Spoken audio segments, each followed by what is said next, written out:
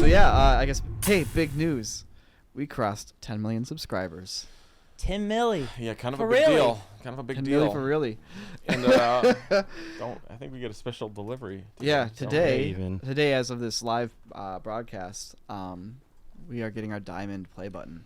Yeah, It's actually happening. yeah, delivered in person. Yeah, it's crazy. In person. YouTube's Yeah, coming it's gonna be by. pretty Our YouTube rep is coming by, who's going to do our monthly meeting with us, while also delivering pure diamond. Pure diamond. Yeah. Pure. It's actually a diamond pyramid held sideways. Wow. Diamond play button. Oh, okay. Nice. That took me a solid moment. Yeah.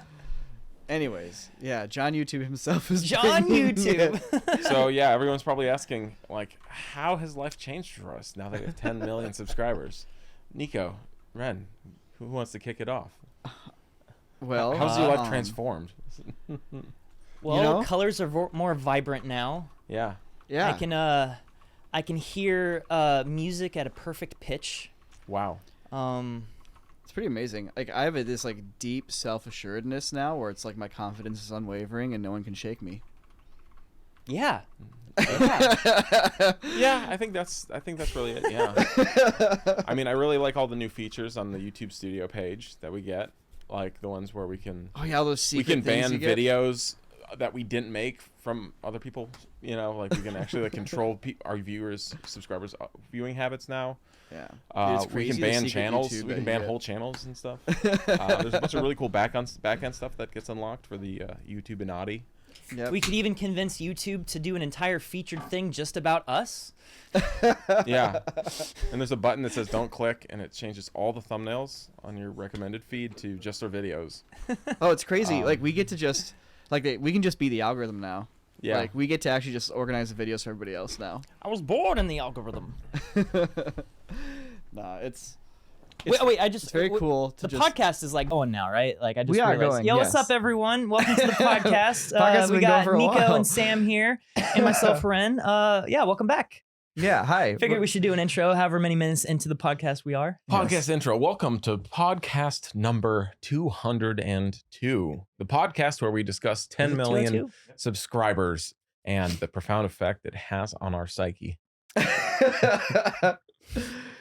Well, those who So have that's been, this. Yeah. Anyways, for those of us, dear listener who has probably been here for a while, everybody's heard the trials we've gone through over the past 4 or 5 weeks of trying to do this. It's so funny. Just that first week of just like, uh-oh. It's not working. I Yeah, love the whoops, we're accidentally sabotaging everything. Yeah, because if we go back a couple podcast episodes, there's the podcast of, guys, we have an idea. We're going to try to get to 10 million.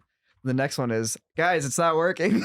We're losing subscribers. And yo, chat, give me a show of hands here. Who specifically unsubscribed right when we were about to hit 10 million? Yeah, because there's definitely some people unsubscribing. That was sweet. That really added to the tension. You'd be like 9,909,999, and we're like, oh, 9,999,998. It's like, oh. Yeah, is that And it Instagram was just live like, stream. wow. Everyone was like holding their breath when that happened. Yeah, this was all Steve's fault. It was all I Steve's see you, fault. Steve. Yeah. Yeah. Jordan was doing it as well. Jalen. Yeah, he All right. wanted that 10 million, but he got 10 million in one. So what was really cool about hitting 10 million is that it happened right in the middle of us filming VFX Artist React. Yep. Like right in the middle. We had maybe been filming for like 45 minutes or so. And then we decided to pause filming and did a whole celebration. We popped champagne. We had everyone down in the studio filming it, of great. course, for the video. And then we resumed React.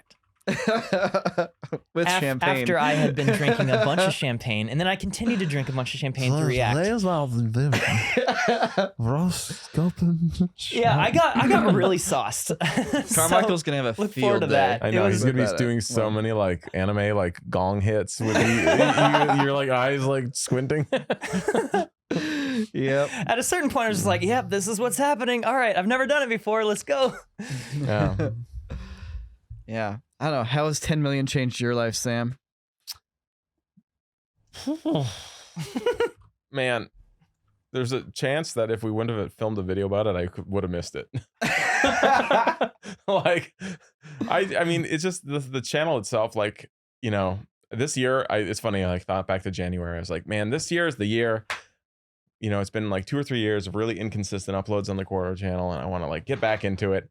Then the exact opposite happened for some reason, which was like we didn't do enough videos for that channel. I feel like this year. So I don't know, like This year compared to last year? yeah. I mean, you know, honestly, I'm not. Don't like go through the stats. I don't know for sure. Yeah.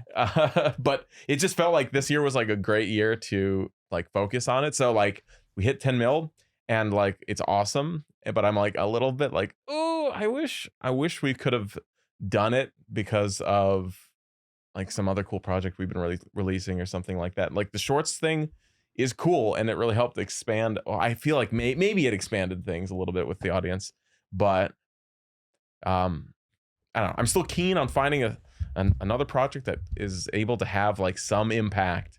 Like, I mean, the anime stuff did it, but before then, what I guess maybe it's the Spider-Man stuff, like R-rated Spider-Man. Yeah, the R-rated stuff. Like, tactical reloads. Yeah, but that was Primtex.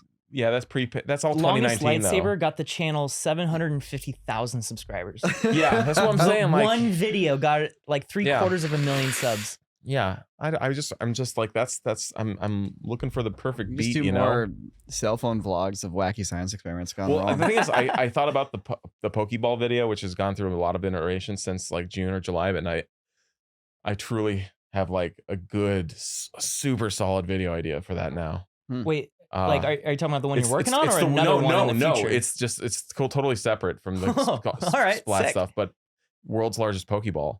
And it's a Pokeball that each time it consumes something, it grows. Yes, I love it. And so the idea Say no is more. that someone Or invents how it. the kids say, say and less. and it starts growing, and they're like, "Oh, you invented it, fix it," and it eventually grows so big enough that you can read the fine print on the bottom of it that says that someone else made it. And then the rest of the video is someone like on hold, like or going through like just like the automated prompts on like a support line, while everyone is watching it absorb the city. And then eventually, spoiler alert, it absorbs everyone, including the characters, and then you go in and it's just the world again, except you're in a Pokeball, and everyone accepts that that's kind of okay because everything's fine, normal again. It's just you're in a Pokeball. There you go. Right? Yeah.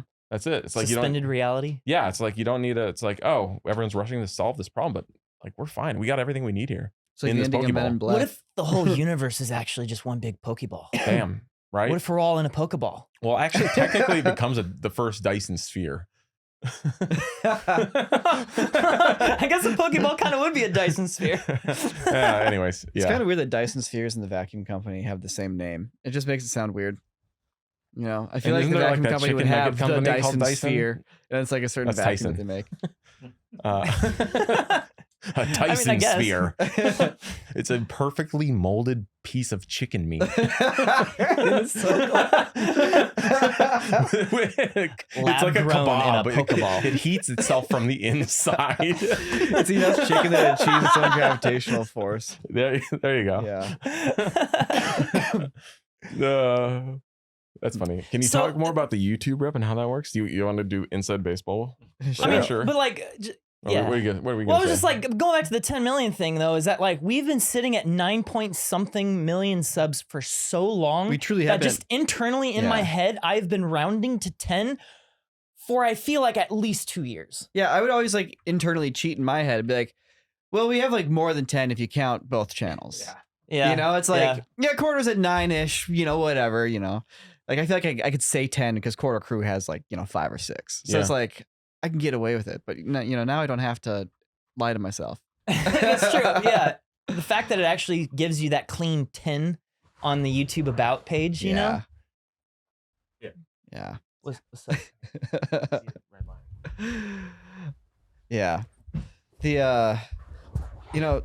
I will say like the one thing about the 10 million mark is like, it is just like an arbitrary milestone, but it was nice to use that. Like, it's nice to have the arbitrary milestones to Yeah. like take a moment, at least like reflect on what you've done, where you're going, where you're at. And, it's just a good reminder to like pause, like a birthday, just like pause. And, I think the best milestones Yeah. are when you Things. finish something though. Still, even Yeah. you know what I mean. Like I 100% agree. like I feel like that's truly, it's like once you've accomplished what you set out to do and you get that reaction afterwards, like that's like, I feel like even like that's those are the ones that like hit though. Yeah. I feel like truly, but I think it's like it's really a perspective thing though too, because I feel like also, you know, if you're like a viewer, so to speak, of something and you're like tracking it, like you're processing that information in a totally different way than, I guess, well, on our end too. It's like what we're still, you know, messing around with the cameras and stuff. And One of the best kind of feelings like- in the world for me is literally just finishing a video. Yeah. It's like, this video's done.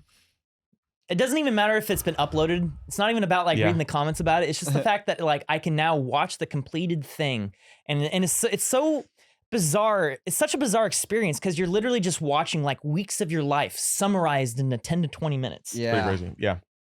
Or in my most recent case, 26 minutes. The very ending of that video, where I total up all the gallium that I had left, we had filmed after doing the Drunk React episode.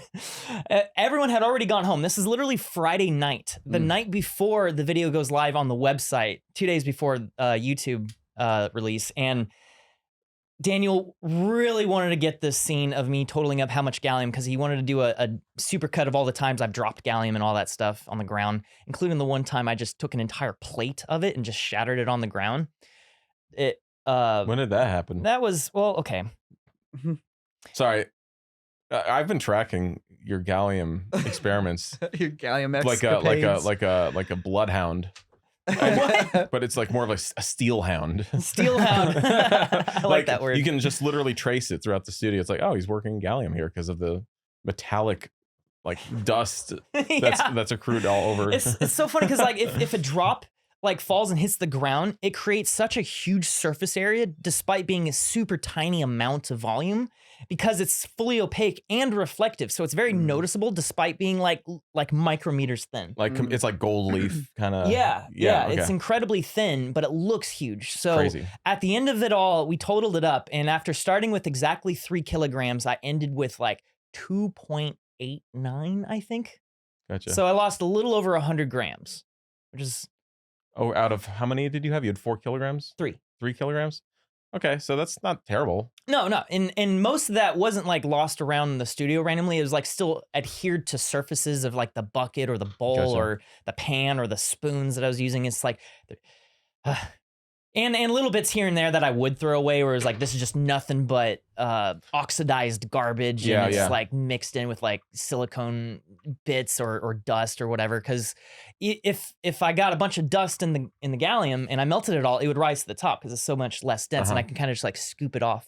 Mm-hmm. Gotcha. So a little bit here and there, I would throw away the gallium because it was just not usable anymore. But You saw that Reddit post that someone shared on the I subreddit did. about the guy in Europe who just had like the random huge truckload of gallium. he had like, 9 kilograms. It was 9 kilograms. It looked like a lot. It is a lot. 9 kilograms of gallium. Yeah, And it he's was just like a bucket full of hey guys, ingots. I think this is gallium. Does anyone want this? 9 kilograms man. of gallium? And I remember like I left a comment saying something along the lines of like, oh man, had I seen this just like a month earlier. But also he was selling it at market value. He wasn't giving it away. He wasn't like, hey, if anyone wants it, come have it. It so was like that 20,000 or something? Or no, that was probably around like $7,000 to $9,000 worth of gallium, okay, like not including 1,000. shipping from the UK. yeah, like slow.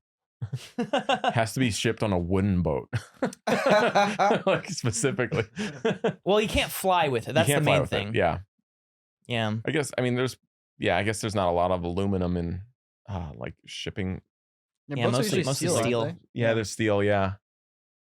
So Yep, gallium, exciting. it still is exciting. Weeks later, it's still a fascinating thing. I just think about it being vaporized all the time. I see you putting it in the toaster oven, or no, I see you putting it above the tiny Red Bull fridge. Yeah, that was my favorite. Because the heat from the exhaust fridge, heat. like it's just enough to keep it liquid, right? Yeah. Like he literally just has this bucket of gallium sitting in the kitchen right above the vent on the fridge where all the heat's coming out. The tiny little, like, it's like maybe 2 feet by 2 feet. It's a tiny little Red Bull fridge next to the shelves in the kitchen. And there's some exhaust vents at the very back of it against the wall. Yeah. And it's like kind of warm. you know, and it's just warm enough that when you put the bowl of gallium there, it'll keep it liquid if it's already liquid. Did you guys ever have like those like old school popcorn poppers? They're like this tall thing, and you pour the popcorn in there, and it heats it and blows it around, and then it pops the popcorn out. I've never had that. And the best part about it is then they would have just like a little lid on the top where you put your butter. So as it heats up and pops the popcorn, does the it butter drip? melts. No. It's just like a little, just a reservoir up that you put a slice of butter in there, and it heats it up over the course of the popcorn popping. So at the very end, you go boop. But it's that for gallium. It's that for liquid metal. Oh man. Yeah, sorry. It's just so funny. It's cool you actually managed to get a good effect out of it. I'm honestly a little surprised at how well it ended up working, because I came up with the idea to do like the mesh tracking stuff pretty late in the whole project. And in my opinion, that was the thing that really made it work. Yeah. The other interesting thing about it is like watching it, especially like, on TV or something that's high definition, like there's a level to that surface detail that exceeds anything you can do in CGI. Like you look at it and you're like, oh yeah, you can't do that. Just like you can immediately see like the crisp fractal detail of because metal is like rendering metal is one of those things that is a lot harder to get right than it should seem. It's like, it's one thing to make a hyperchrome material, but metal has like an anisotropic quality to it where it reflects light in certain directions, regardless of what angle you're viewing it at. And that sort of sheen is at like the microscopic level. And that's what gives metal its metallic look. And of course we can actually render that sort of quality and get really good looking metal like renders. But you're having to drive that with texture maps and stuff like that. But when you have something that is actually metal and has all of that sort of the crevices in it, especially as it's melting and reforming. When it just does like the crystallization, like when it hits like the atomic organization of like metal, and like in real life you can almost see it. You can kind of see that like the detail literally goes down until it's tinier than anything you can like perceive. Yeah. And CGI just does not get there. It just not at that level. Yeah. It's like it's a little bit of a rounding error at the end of the day. Yep. Just a tiny bit. And no, I did not ever actually swallow any of the gallium. I saw a lot of comments talking about like, oh, it's not toxic, but it is if you ingest it. I did not ingest anything. I licked it a few times, but that's not ingesting it. Yeah. Oh, we're at another 100 viewers on this live stream, by the way. Yeah. Oh, snap. Yeah, look at that. It's notable. It's rare that we get 100 viewers. 100, yeah. I appreciate it. I appreciate everybody tuning in. It's pretty cool. And if you're listening other places than corridordigital.com, I also appreciate you tuning in. But consider joining us for the live show on our website. Yeah. Oh, surprising fact about gallium. Oh. Guess what it tastes like? Cheese. Gruyere. No, it doesn't taste like anything. It doesn't even taste like metal. Dang. Have you ever like tasted metal before? Taste like anything? It doesn't taste. There's like a metallic taste to stuff. And I think that's iron that you're tasting, or copper, whatever it is. When I tasted the gallium, it's literally just like there's nothing. It's just an absent void of flavor. That unlocked like a weird memory I had of sucking on a coin when I was a kid and tasting it. It's like that's weird. Anyways, yeah, so gallium. Did you guys see the video that I released today? I watched the rough cut. I did watch the rough cut. You watched the rough cut? The finished version. Okay, it's very similar. I'm very it's very very stoked about like the ending shots you got of all of us like in the splats. Yeah, it's cool. Do you want to like kind of just talk about that process real quick? Hey chat, have you guys seen the video that Sam dropped today? It's out. Yeah, we had a lot of videos we were working on, and each one of them took more time than expected. So it ends up with this huge squish this week with gallium dropping, and then Gaussian. Oh gosh, Sam, technically it's Gaussian. Gaussian. But here's the thing: more people watch Corridor Digital than any other visual effects channel. So if we call it Gaussian splats enough, we can make it happen. Jandelf. Gaussian splats. Yeah, but then we have also another video coming out Sunday. So it's a power week when it comes to stuff. Gaussian. And I wish I could say this is the last time. It's just like gallium, Gaussian Splats. Gay Asian. This is weeks. This is once again, we're talking about this stuff for weeks and months, and people are so sick of hearing about gallium and Gaussians and all this stuff, but it's gonna last so much longer because we're just getting started. So the video that came out today was that was the precursor. It used to be the behind the scenes, but now it's just the precursor for the Mario video, which is its own thing. This Gaussian splat video has gone through so many different iterations. Yeah, we were about and to film it in July, and then I came back to start filming it, and then I realized, oh wait, in August everyone goes on vacation. Yeah, you were going on vacation, and then Matt was going on vacation, out of hits. sync from each other, so that had to be put on hold. Yeah, and then anyways, I'm not going to go through the timeline. All I know is that I wanted to do some sort of Gaussian splat video, but we all thought it would be best to like let the location stealing video or whatever you're coming up with come out first. But in that time, I did both the Minecraft video and the Gallium video. yeah, exactly. So, it was cool. It turned out okay. The shots you did of like Ren as Harry Potter and me as a cowboy and Matt as like an army dude. Yeah. That you just dropped into those environments.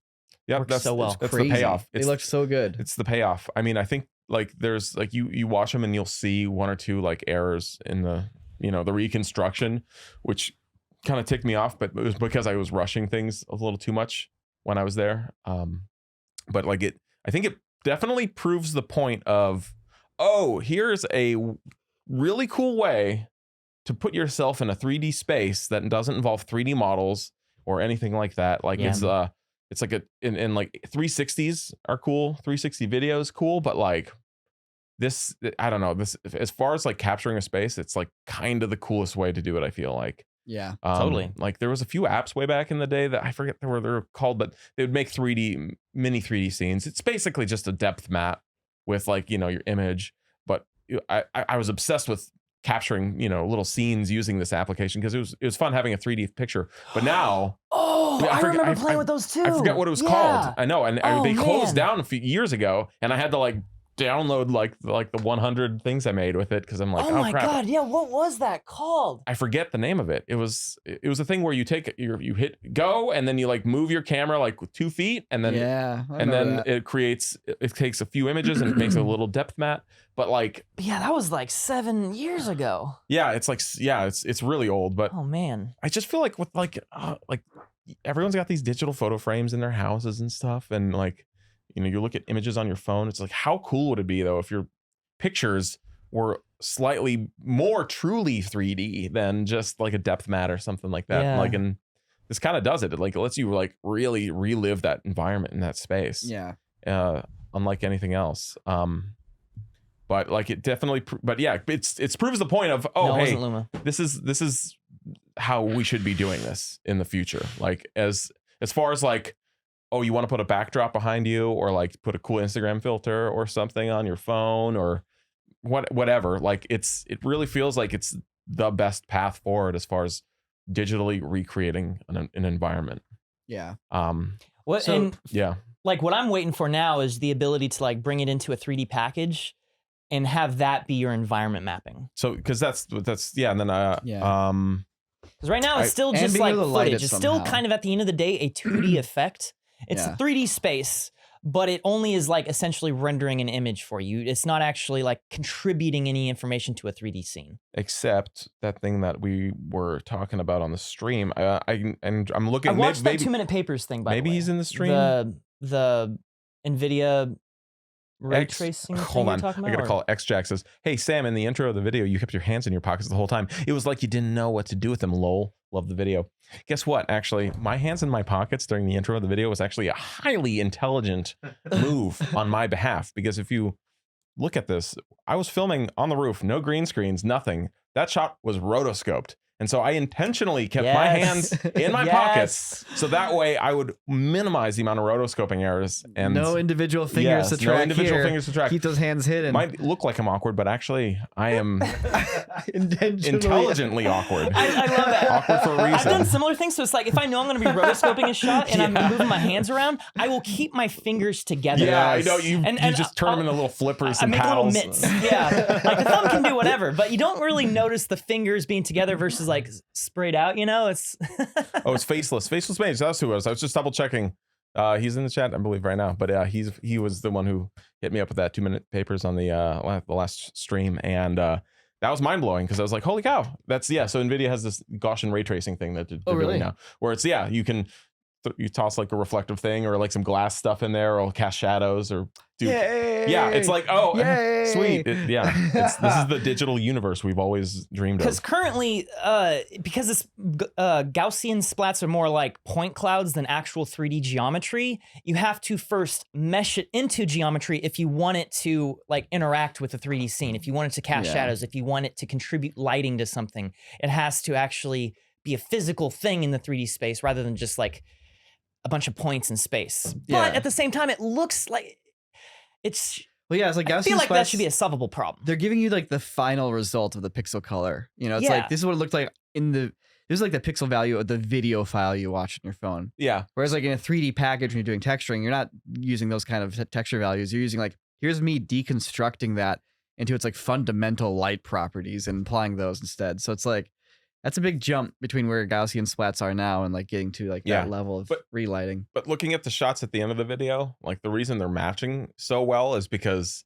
literally I've used the A7 III to capture the splats, and then I used the A7 III to film you guys. Yeah. And like the ISO is like maybe like some settings were a little bit off, but generally speaking, similar color profile, similar everything. And so it just makes it like instantly like I thought I was gonna have to mess with like levels and stuff, and like going, oh, color match this. It's like, no, actually, it's like matches. It just matches, and like maybe mess with the gamma a tiny bit, but that's amazing. It's pretty crazy. There's like a secret unsung like tech revolution that also happened in that video, which is not Gaussian splats, and that's the rotoscoping. Oh yeah, because for the first time you did not pull a green screen key. Well, at the end I did, because I wanted, for the end shots I did, just because I wanted the edges to be like ultra clean.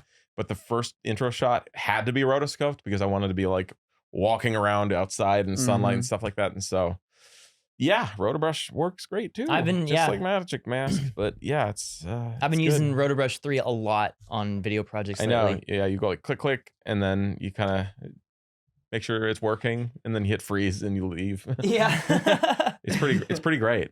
I guess so. That was the last thing I didn't do. It's not included in this, and I feel like I should have, but I should have put one of the splats on Gumroad to sell for $1, because I feel like that really completes the thesis, so to speak, of like going to a place, going to a backlot, capturing one of their sets, and then reselling what I captured, the digital image or the collection of images. And I guess technically you wouldn't be able, whoever purchased it wouldn't be able to use it for commercial use. But then I guess I wouldn't be able to sell it because that's commercial use too. It gets complicated, but that's when it's truly stealing. Because right now I didn't. That was fair. I was fair using it technically. Actually, semantics. I'm gonna hit some semantics real quick. Stealing technically implies that you have robbed the other person of value in the sense that the item specifically is no longer theirs. A digital copy is specifically not theft. And like making a copy of somebody's movie or like, copyright infringement is specifically not theft, because you did not, unless you went in and actually cut out like the building, or you went and like stole somebody's physical film reel or like hard disk with the data on it and they didn't have it anymore. That's stealing. But actual copying of things or copyright infringement of things, that kind of stuff, technically not stealing. If you capture in the Matrix, you get captured in real life. Exactly. It just disappears. Yeah. Just want to put that out there. Yeah. All right, I'm sorry. Nobody likes somebody. Yeah, who it's talks not about stealing semantics. locations; it's pirating locations. It's pirating. It is pirating locations. Yes. Yeah. Well, it's like soul gemming locations. Soul gemming. It is soul gemming at the end of the day. Yes. Yeah. Is the studio still full of trash on the floor? Yes, it is. Kind of. Cinema trash. Yes. Cinema trash. Cinema trash. It's not actual garbage. It's important artistic garbage. Yes. Yeah, we're still working leading on the fight Greymatter against reducing waste. Yep. I got my very rough assembly finished. So now I need to start refining it and planning my pickup shots. So I've had a philosophy about shooting videos right now where I do my best to get everything I can up front, but I don't worry about it too much, and I make an edit, and I have one more shoot day at some point later in the project. And I try to plan my shoots so that I can have that later shoot day and make it a functional thing without, I don't know, blowing up the budget or, inconveniencing people too hard. It does mean there's been a lot of trash in the studio, but it's artistic trash. Yeah. The trash hasn't been as big of a problem as all the curtains that were up because of all the C stands and being in the way of random ways to get out of the studio. Ooh, we have the Terrifier 3 VFX supervisor in the chat. That's super cool. Yeah. That's crazy. That video or the movie blew up. It really got a lot of attention. That's pretty awesome. Terrifier 3? Yeah. Yeah, send us the do you have any like breakdowns or anything online? Yeah. Because that's kind of like one of the main barriers to entry for VFX Artists React for us and looking at projects is that like it's really hard to look at a project or a movie that there's not really any behind the scenes content for, because it means we can't really cut away to the shot or cut away to breakdowns for illustrative purposes, or the fact that we don't really know how it was done. And so it just necessitates having to speculate a lot more, which I think typically, Is that our internet? Oh. Wait, but we still have Recordings. Yeah. we're still No, connected. we're back. So there yeah, you go. internet in the studio has been pretty funky lately. well, it's because we were on Verizon for the last like couple days, and apparently Verizon as a whole has been hit hard over the last couple days too, but we're on Spectrum today. Or Back on yesterday. You Spectrum. and we got literally have back to 2 internets. I am on the spectrum today.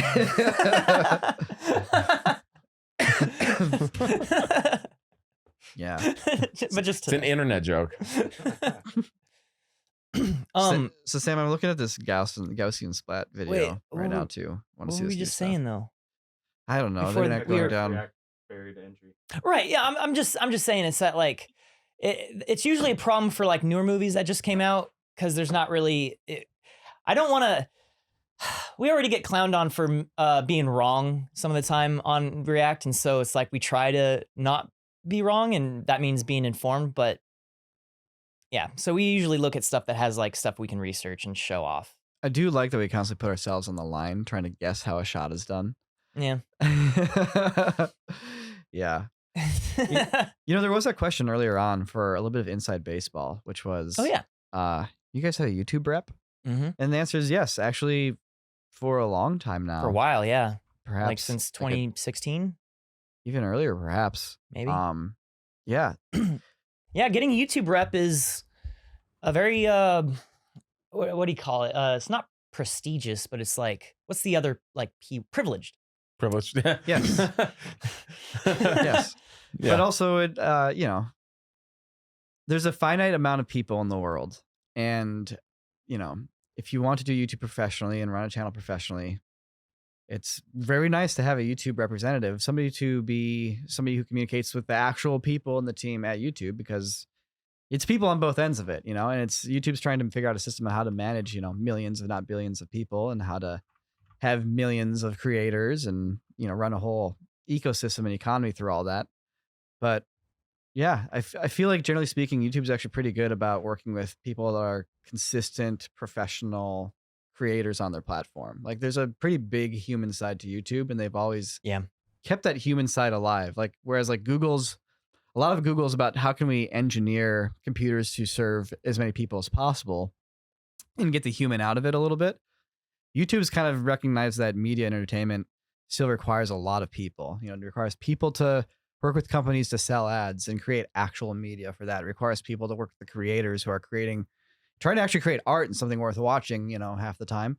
So it's this whole big mix of people and computers. But yeah, we have a rep, and Yeah, YouTube has gotten a lot of flack over the years for, you know, quote unquote, like not being good or like going to trash or whatever. But I honestly believe YouTube has done a very, very good job of like making good decisions and making those 100%. decisions from the standpoint of like creators first.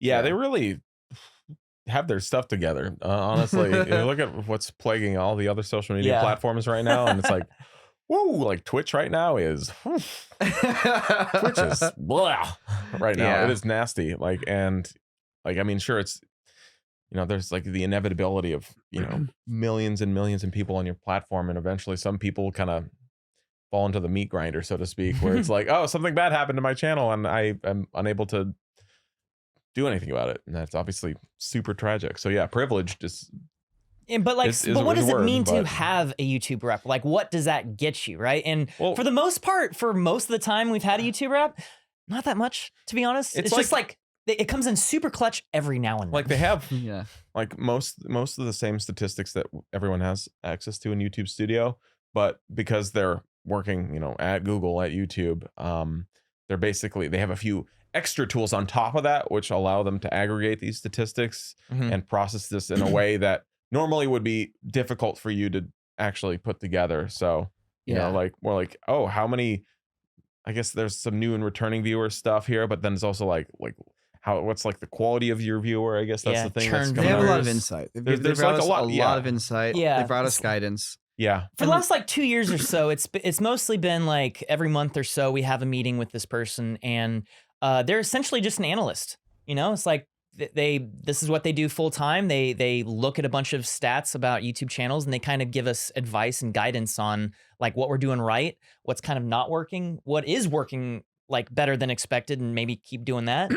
Yeah, any big policy changes coming up, and like if we like let's say like we upload a video and there's a problem in the video, but it's already been up for a few days, or like I mean, I think recently we had like oh yeah, was it your Titan Attack on Titan video, your second one? There's one where your audio was off halfway through. No, that was the that was a whole mess, man. It was the Universal Studios video.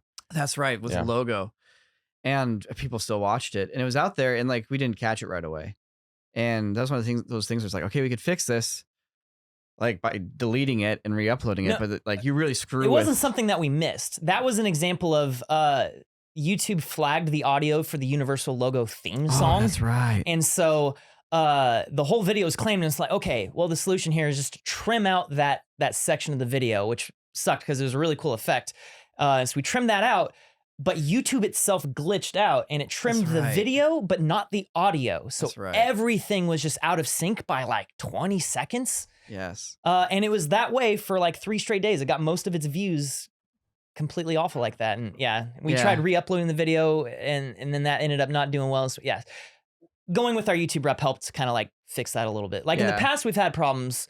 That was when I was talking about like they come in clutch. It's like in the past, we'll upload a video and there's a shot that like straight up didn't work or some problem. They were able to go in on the back end and replace the file on YouTube itself. Yeah. That's not something any creator can just do. Yeah, that's some deep work, and that takes a lot of expensive people a lot of time to go in and do that kind of stuff. It's not something you can just do all the time for thousands and thousands of people. Yeah.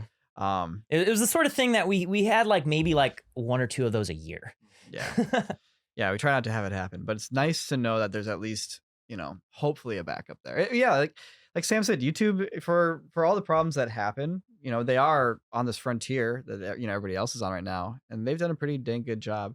Josh is saying in there when they uploaded the original Terrifier 3 trailer, there was they uploaded it without VFX and they Yeah. had to swap Ooh. it out. That's a fun one. That's a good way to like get some initial viral views. like the Mission Impossible like trailer. no, it was the Mummy one. That had missing audio stems. Yeah, just the it was just vocal like stems. just like the Oh, it wasn't that one like it was Tom Cruise like yelling? It was like ah! yeah. Oh, I It's the funniest thing in the world. You were commenting about YouTube having its thing. It's just it's working, right? And having their shit together right now, right? Yeah. Something that comes to mind is the strikes that just happened. For all like the streaming services, like with SAG and like the big writer strikes. Like there's the actor strike, the writer strike. All that stuff just happened last year, Mhm. right? But there was no strike against like the YouTube platform, and the YouTube platform is hosting just as many creators and probably just as many dollars, if not more, than Netflix. I don't know, but it's I'm sure it's a lot, right? I put them on the same pedestal of like cultural impact and people Oh, yeah, watching stuff. easy. Yeah, easily, if not more on the YouTube side. And YouTube's been so, I guess, transparent with their systems.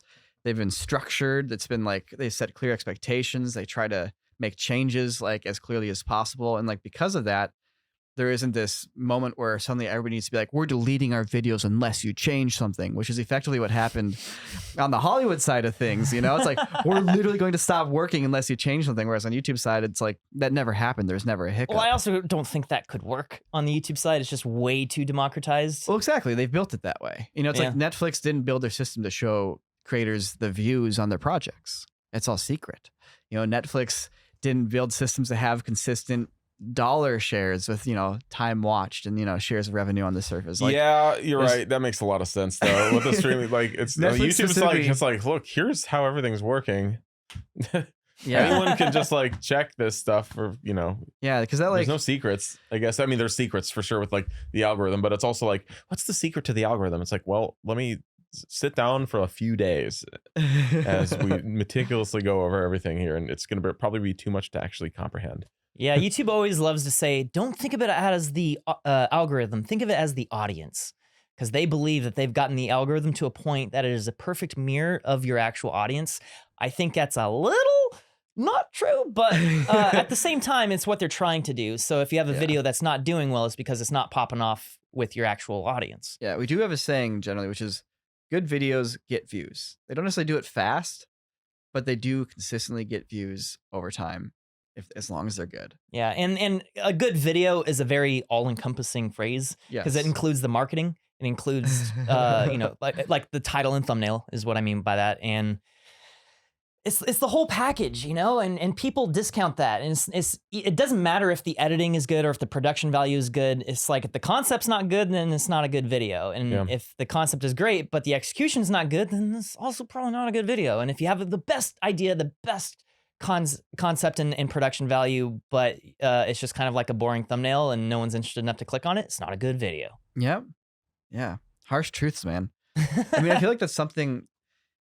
There's something I think filmmakers have to like kind of figure out as they get into the industry these days. Because there's like the crew side of being a filmmaker. Like, I want to be a camera op. I want to be, you know, art department, or I want to be, you know, whatever. Like, there's that whole crew side to things, and then there's like the more got a passion for C-stands. You know, I want to be the sound guy. And then there's like the like, I want to be the writer. I want to be the director. I need to create the thing. You know, there's that side, which is almost like the personality driven side. But, you know, kind of like we're getting to a point here where the audience is becoming so directly tied with like the filmmaking process, and the filmmaking process is becoming so doable that I feel like if you're trying to get into film, but you don't really want to create films themselves, if you're not writing scripts or like trying to actually like get ideas out of your head or be that artist who's like putting themselves out there, I think it's going to be really hard going to the future here. Yeah, totally. Yeah. Like people still need their support and they'll still need their crews, but like that need for like the gargantuan crew system around a big production, like that's going to be really tough, I think, in the future. Well, I mean, yeah, I think that's valid.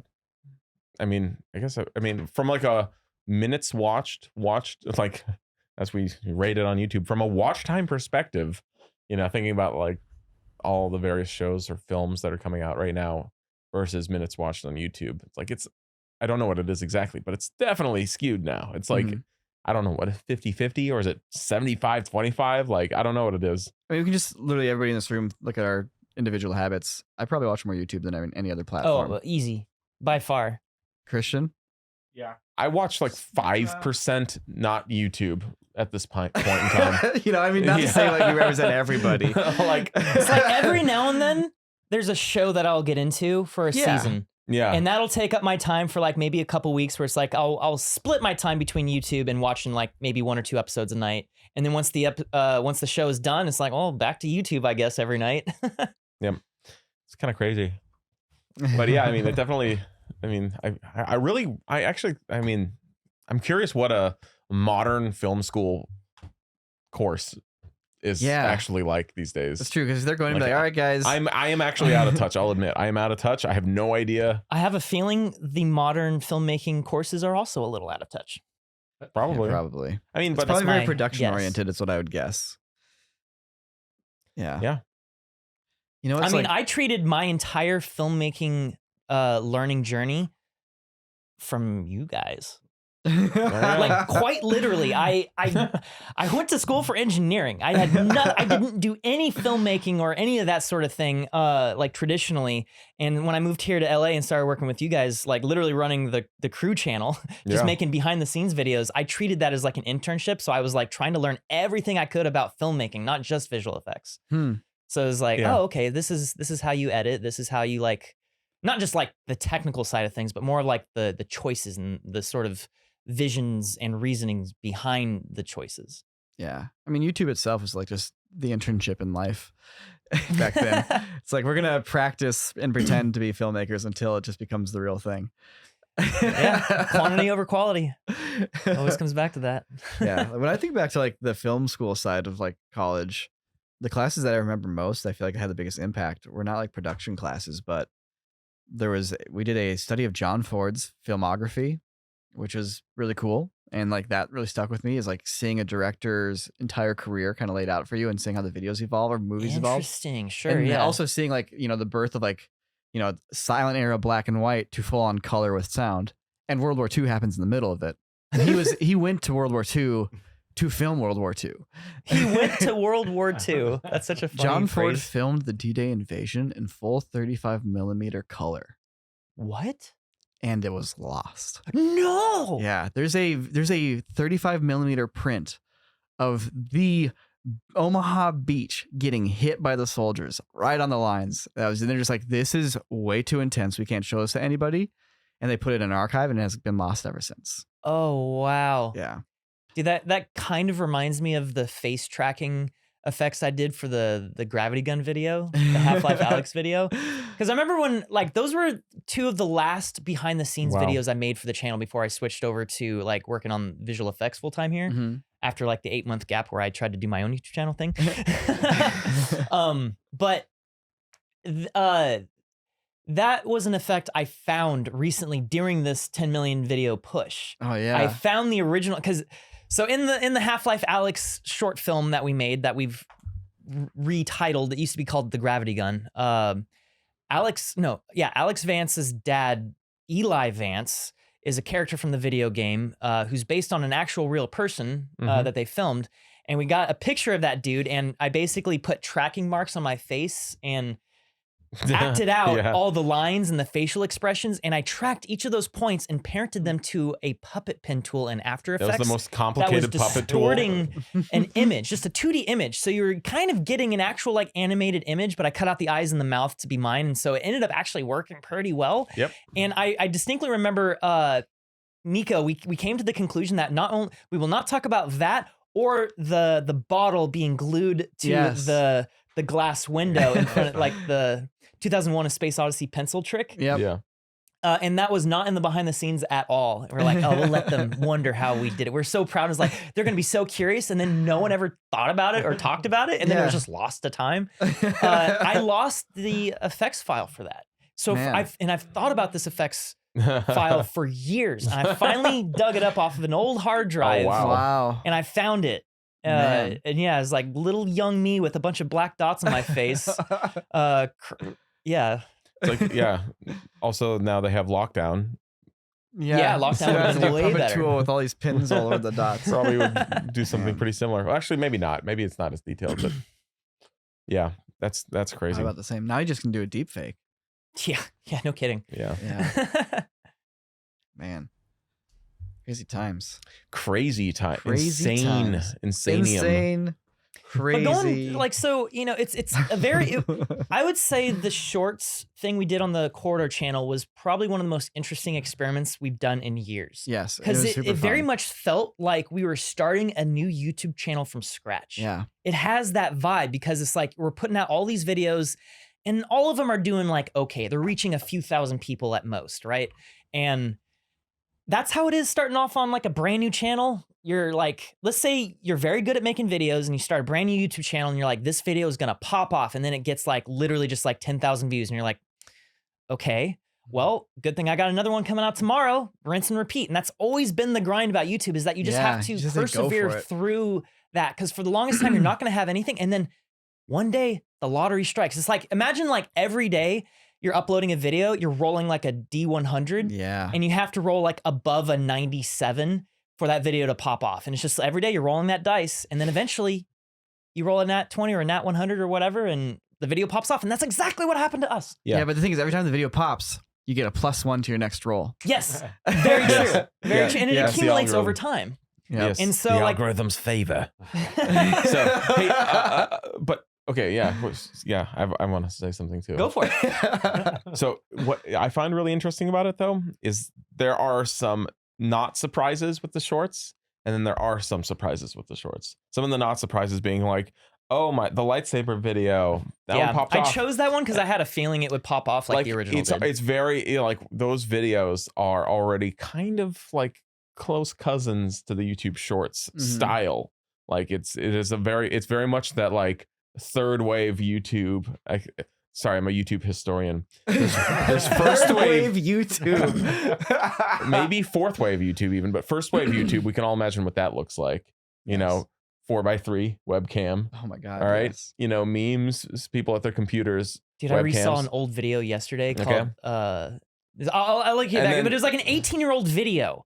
Like seeing literally uploaded 18 years ago Crazy. kind of blew my mind. Yeah, that's crazy. And then you have second wave YouTube, which is right when we got in, Mm-hmm. which is like your, you know, Canon Rebels kind of Mhm. situation where it's like, oh, like these are kids who are filming videos with like actual cameras outside doing skits and stuff. Like we have that era.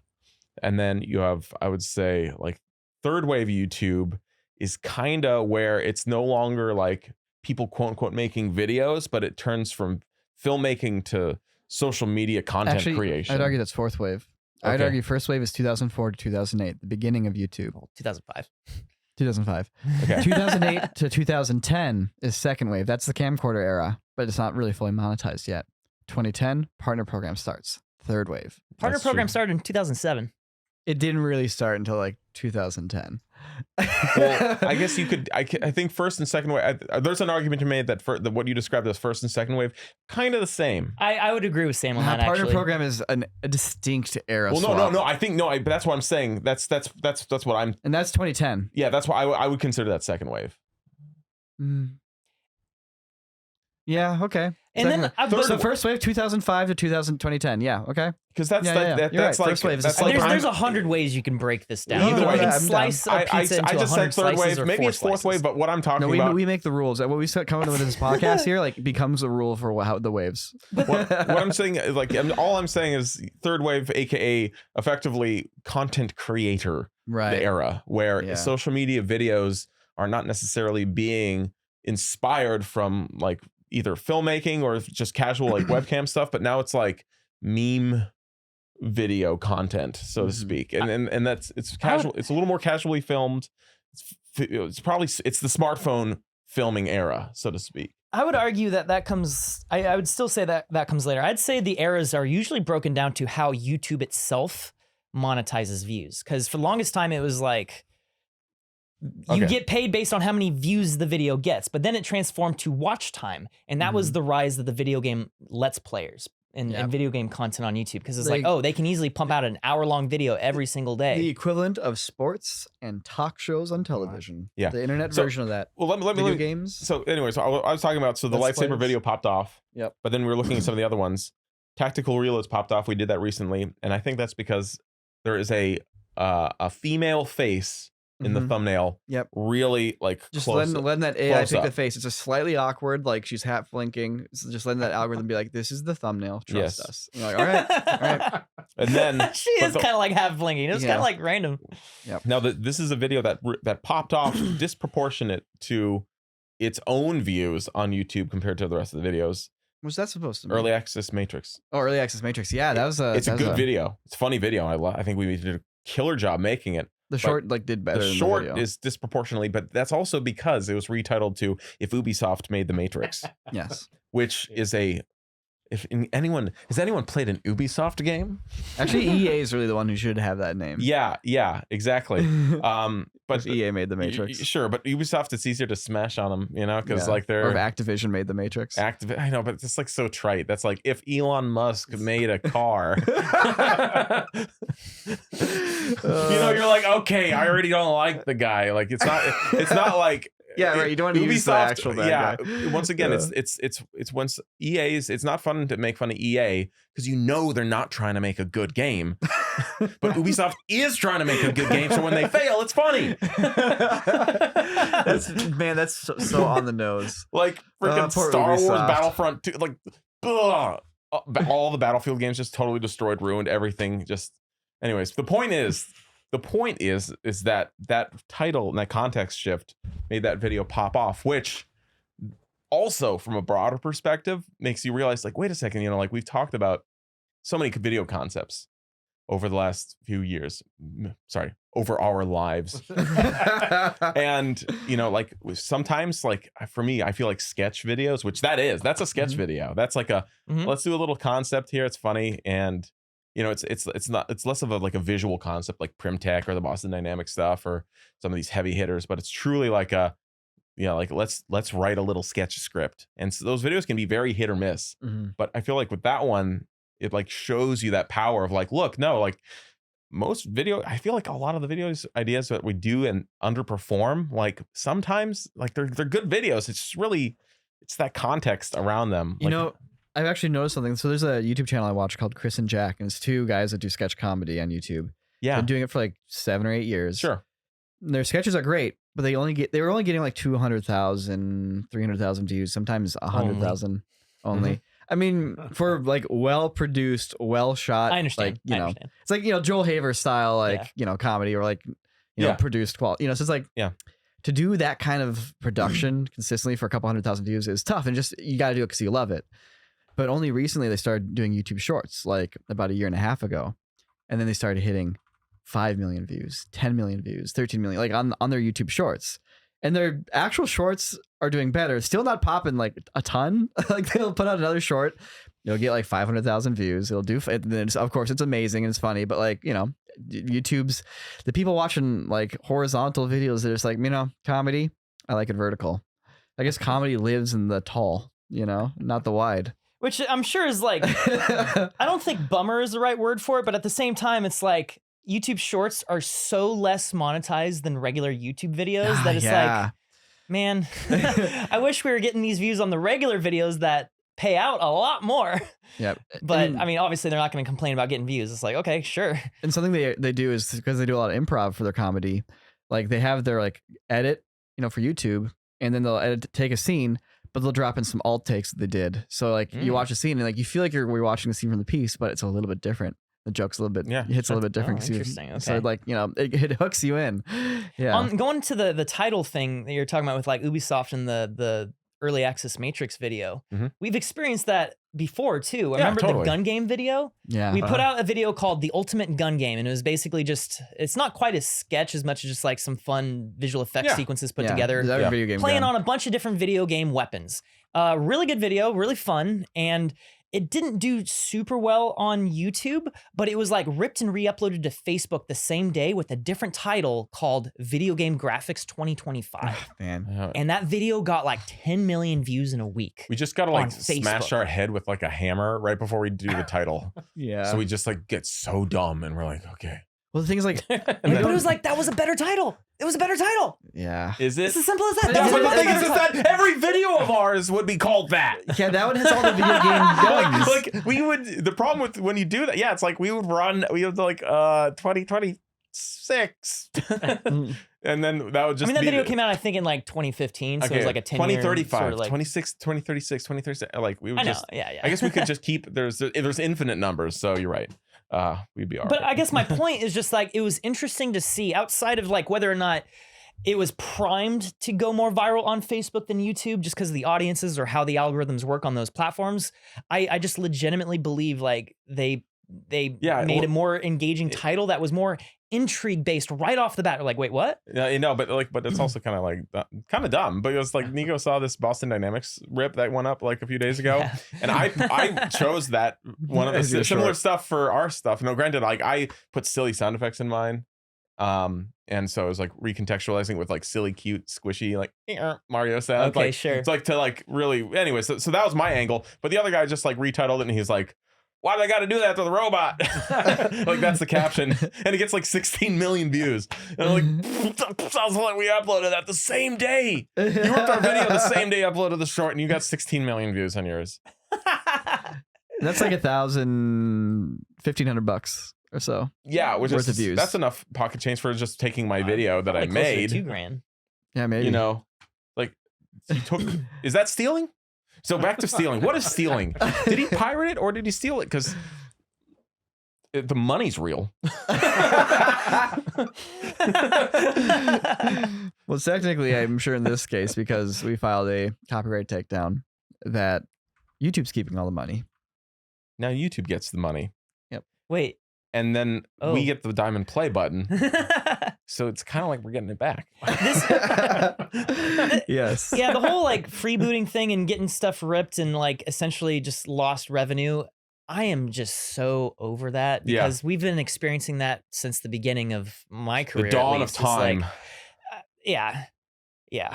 I'll call it out every now and then. Like I'll call it out and like throw some shade, but I won't really. I don't care. It's not gonna bother me. You know, I've fallen down the rabbit hole of Jack's films. I mean, we all know Jack's Jack's great. films. He is great. Yeah. And he's had such a, how do I say it? Like the way his work has evolved over the years. I love seeing all the different like eras. He's of Jack. he's The super waves. OG. He is super OG. We actually have a collab that we made together Yeah. a decade ago. It was before I A got decade, here, almost so it 15 was like, years ago. Yeah. I think that would have been like what 2011. that was like 2011. early Yeah. 2012. And it is on, no one's seen it. It's got like 50,000 views and it's on the Virgin Mobile Galactic YouTube channel.